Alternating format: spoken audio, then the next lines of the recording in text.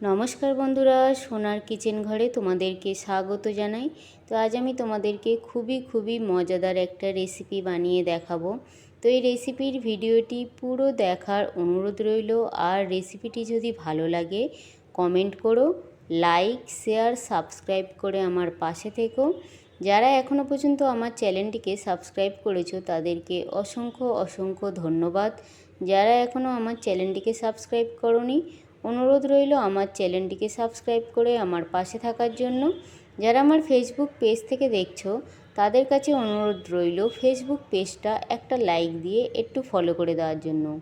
তো রেসিপিটি বানানোর জন্য এখানে দেখো আমি ভেটকি মাছ নিয়েছি। ভেটকি মাছ আমি এইভাবে পাতলা করে কেটে নিয়েছি।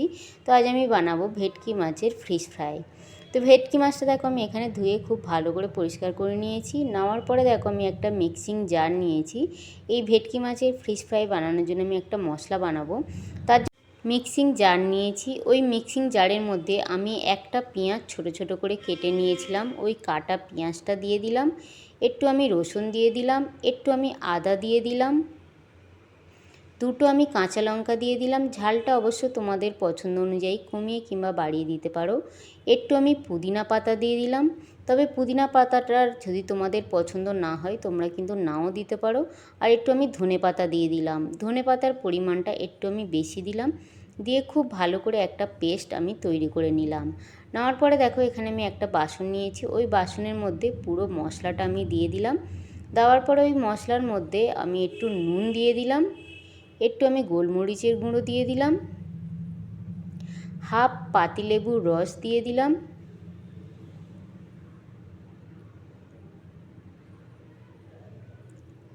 একটা আমি ডিম ভেঙে রেখেছিলাম ওই ডিমটা দিয়ে দিলাম।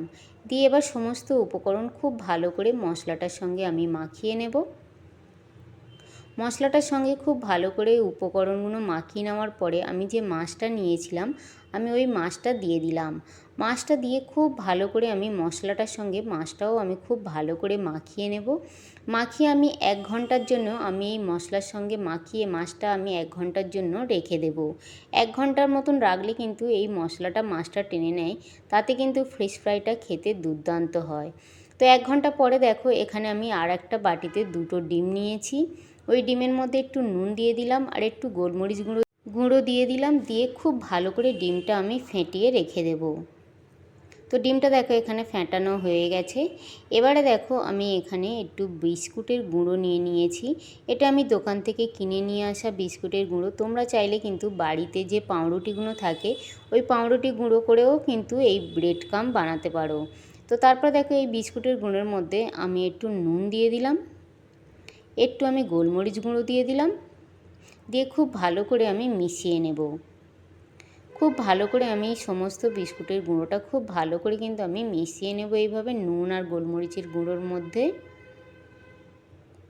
তো এখানে দেখো খুব ভালো করে মেশানো হয়ে গেছে। এবারে এখানে দেখো আমি ডিম, বিস্কুটের গুঁড়ো আর মাছটাও নিয়ে নিয়েছি। এবারে এইভাবে মাছের মধ্যে একটু করে মশলা লাগিয়ে নিয়ে এইভাবে ডিমের মধ্যে আমি চুবিয়ে নেব। নিয়ে আমি এই বিস্কিটের গুঁড়োর মধ্যে আমি দিয়ে দেব। দিয়ে এইভাবে কিন্তু আরেকটা হাত দিয়ে এইভাবে কিন্তু বিস্কুটের গুঁড়োটা মাছের গায়ের মধ্যে খুব ভালো করে লাগিয়ে নেব। ফিশ ফ্রাই তোমরা তো অনেকে অনেক রকমভাবে বানিয়ে খেয়েছো। তো আমি কিভাবে বানাই আজ আমি সেটাই তোমাদের সঙ্গে শেয়ার করব। তো এখানে দেখো একবার কিন্তু আমি এইভাবে লাগিয়ে নিয়েছি খুব ভালো করে। তো আরও একবার আমি এখানে ডবল কোট করব। তো যার জন্য আরও একবার এরকম ডিমের মধ্যে আমি চুবিয়ে নিলাম। নিয়ে আবারও আমি এই বিস্কুটের গুঁড়োটা খুব ভালো করে লাগিয়ে দিলাম। তবে এখানে কিন্তু 2টো হাতেরই প্রয়োজন পড়ে। তো এবারে আমি 2টো হাত দিয়ে খুব ভালো করে বিস্কুটের গুঁড়োটা আমি মাছের মধ্যে লাগিয়ে নেব। এইভাবে কিন্তু খুব সুন্দর করে হাত দিয়ে চেপে এইভাবে করে কিন্তু বিস্কুটের গুঁড়োটা লাগিয়ে নিতে হবে মাছের মধ্যে। তো এখানে দেখো আমার একটা কিন্তু ফিশ ফ্রাই রেডি হয়ে গেছে। তো আরও একটা তোমাদেরকে আমি বানিয়ে দেখাবো। তো এখানে দেখো একটা মাছ এইভাবে আমি নিয়ে ডিমের মধ্যে চুবিয়ে নিলাম। নামার পর আমি বিস্কুটের গুঁড়োর মধ্যে দিয়ে দিলাম। দিয়ে আবার দেখো বিস্কুটের গুঁড়োটা আমি খুব ভালো করে লাগিয়ে নিচ্ছি। খুব ভালো করে এইভাবে লাগিয়ে নেওয়ার পরে আবারও আমি একবার ডিমের মধ্যে চুবিয়ে নেব। তো এখানে দেখো একবার লাগিয়ে নেওয়ার পরে আর একবার আমি ডিমের মধ্যে খুব ভালো করে চুবিয়ে নিচ্ছি, নিয়ে আমি খুব ভালো করে কোট করে নেব। তবে তোমরা চাইলে কিন্তু একবারও কোট করতে পারো, আমি এখানে কিন্তু ডবল কোট করলাম। তো এবারে দেখো হাত দিয়ে খুব ভালো করে চেপে চেপে বিস্কুটের গুঁড়োটা এইভাবে কিন্তু ফ্রিজ ফ্রাইয়ে লাগিয়ে দিতে হবে। তো এখানে দেখো আরও একটা ফ্রিজ ফ্রাই আমার কিন্তু রেডি হয়ে গেছে। বাকি ফ্রিজ ফ্রাইগুলো আমি একইভাবে বানিয়ে নেব। তো এখানে দেখো আর একটা ফিশ ফ্রাই আমার রেডি হয়ে গেছে। তো বাকি ফিশ ফ্রাইগুলো আমি একইভাবে বানিয়ে নেব। আর এখানে দেখো আমার পুরো ফিশ ফ্রাইটা রেডি হয়ে গেছে। পুরো ফিশ ফ্রাইটা আমি বিস্কুটের গুঁড়ো লাগিয়ে কোট করে নিয়েছি। এইভাবে কিন্তু তোমরা কোট করে নিও, ডিব্বার মধ্যে রেখে দিয়েও কিন্তু 2-3 দিন ধরে কিন্তু খেতে পারো। তো তারপরে দেখো আমি গ্যাসের মধ্যে একটা প্যান বসিয়ে দিয়েছি। ওই প্যানের মধ্যে আমি একটু সাদা সয়াবিন তেল দিয়ে দিয়েছি। তেলটা গরম হয়ে যাওয়ার পরে আমি এবারে ফিশ ফ্রাইগুলো দিয়ে দেবো। তবে হ্যাঁ, তোমরা চাইলে কিন্তু এখানে এই ফিশ ফ্রাইগুলো কিন্তু ডিপ ফ্রাইও করতে পারো। আমি এখানে ডিপ ফ্রাই করব না, অল্প তেল দিয়ে আমি এই ফিশ ফ্রাইগুলো ভেজে নেব।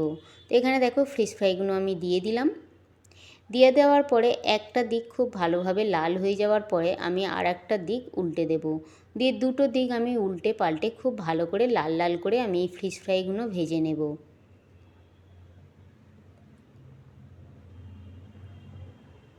তো এখানে দেখো আরও একটা দিক আমি উল্টে দিলাম, দিয়ে দুটো দিক আমি খুব ভালো করে উল্টে পাল্টে লাল লাল করে ভেজে নেব। আর এখানে কিন্তু আমার ফিশ ফ্রাইটা কিন্তু প্রায় রেডি হয়ে এসছে। আবারও আমি একটু উল্টে পাল্টে দিলাম ফিশ ফ্রাইগুলো।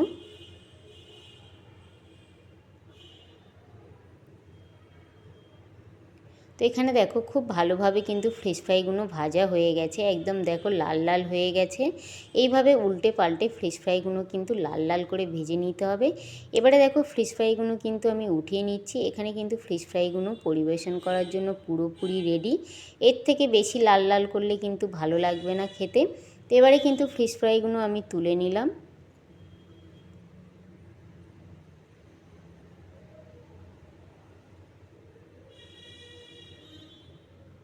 ফিশ ফ্রাইগুলো তুলে নিয়ে আমি এখানে দেখো পরিবেশন করার জন্য পুরো রেডি করে নিয়েছি। একটু স্যালাড আর একটু কাসুন্দি দিয়ে এই ফিশ ফ্রাইগুলো খেলে কিন্তু দুর্দান্ত লাগে। আর এখানে দেখো একটা ফিশ ফ্রাই আমি তোমাদেরকে কেটেও দেখাচ্ছি, ভিতরে পুরো মশলা ভর্তি আর বাইরেটা কিন্তু একদম ক্রিস্পি হয়েছে, খুব সুন্দর হয়েছে, দুর্দান্ত হয়েছে এই ফিশ ফ্রাইটা খেতে। তো আগে যদি তোমরা এইভাবে ফিশ ফ্রাই না বানিয়ে থাকো, একবার হলেও কিন্তু বানিয়ে দেখতে পারো। আশা করি ছোট থেকে বড় সবার কিন্তু ভীষণ ভীষণ ভালো লাগবে।